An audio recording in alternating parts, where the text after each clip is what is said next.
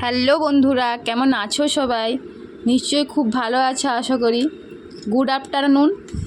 দেখো বন্ধুরা, আমি আবার আজকে দুপুরে খুব একটা সুন্দর রেসিপি রান্না করলাম, সেটা তোমাদের কাছে আমি আজকে শেয়ার করলাম। এই রান্নার রেসিপিটা আমার খবর কাগজ থেকে নেওয়া। আমি খবর কাগজ পড়তে পড়তে আমি রেসিপিটা পেলাম। রেসিপিটা হলো দই কুমড়ো। দেখো বন্ধুরা, দই কুমড়ো বানাতে গেলে প্রথমে আমি এখানে একটা কুমড়ো নিয়েছি 500-র মতন।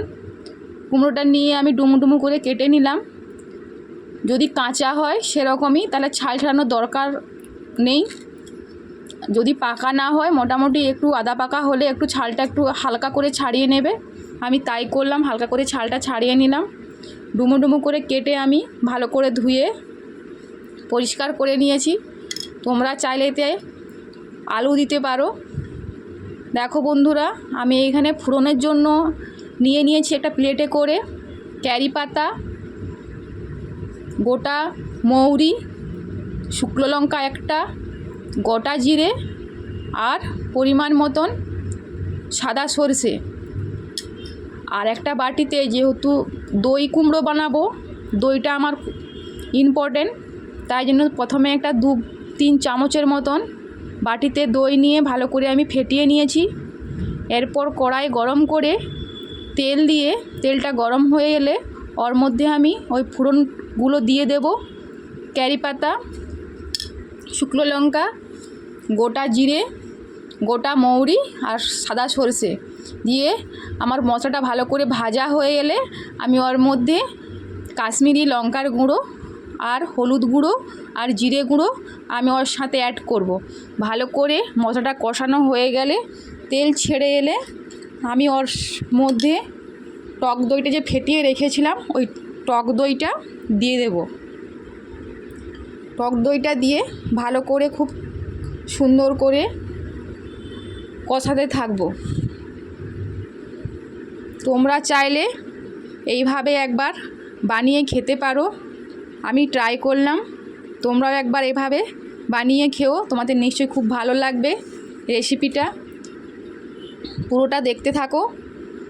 দেখো বন্ধুরা, আমার মশলাটা তেল ছেড়ে এলে আমি কুমড়োগুলো দিয়ে দেব। কুমড়োগুলো দিয়ে আরও খুব সুন্দর করে কষতে থাকবো। জল দেওয়ার দরকার নেই, ওই তেলে কষা হয়ে যাবে আমার। মোটামুটি কষানো হয়ে গেলে পরিমাণ মতন জল দেব। বেশি জল দেওয়ার দরকার নেই, কুমড়ো এমনিতেই নরম। একটু ঢাকা দিয়ে রান্না করলে তাড়াতাড়ি সেদ্ধ হয়ে যাবে। আমি একটু জল দিয়ে আমি ঢাকা দিয়ে রেখে দিলাম। তোমরা চাইলে এটাকে গরম ভাতের সাথে, রুটির সাথে, লুচির সাথে, পরোটার সাথে খেতে পারো। সম্পূর্ণ এটি একটি নিরামিষ খাবার। দেখো, আমার রান্না মোটামুটি হয়ে এসেছে। রান্না হয়ে যাওয়ার পর আমি একটা প্লেটে নিয়ে নেব। আর তাওয়া গরম করে আমি কিছুটা বাদাম আর ক্যারি পাতা দেব। ক্যারি পাতা বাদামটা খুব ভালো করে ভাজা হয়ে এলে আমি উপর থেকে ক্যারি পাতা আর বাদামটা দিয়ে দেব। একটা নতুন ধরনের খাবার, খুব খেতে সুস্বাদু হয়েছে। তোমরাও একবার এইভাবে বাড়িতে বানিয়ে খেও। ভালো লাগলে লাইক, কমেন্ট, শেয়ার করবেন আর আমার চ্যানেলটা সাবস্ক্রাইব করে দেবেন। সবাই ভালো থেকো। টাটা বন্ধুরা।